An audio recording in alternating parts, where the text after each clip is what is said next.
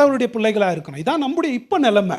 ஆனால் என்ன நடக்க போகிறோம்னு நமக்கு தெரியாதுங்க. ஆனால் ஒன்று தெரியும், அவர் வரும்போது அவரை போல இருப்போம். இந்த நம்பிக்கை எவனுக்குள் இருக்கிறதோ என்ன செய்வானா, அவர் பரிசுத்தமாக இருப்பது போல் அவனும் பரிசுத்தமாகுவான், அவனும் பரிசுத்தமாவான். யோசிச்சு பாருங்க, ப்ரோக்ரெசிவ் சயின்டிஃபிகேஷனில் நம்ம ரொம்ப தீவிரமாக வளருமா.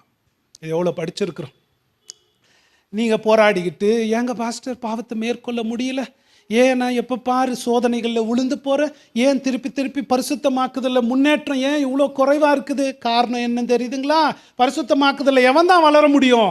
இந்த நம்பிக்கை எவனுக்குள்ளே இருக்கோ அவன் தான் வளர முடியும்.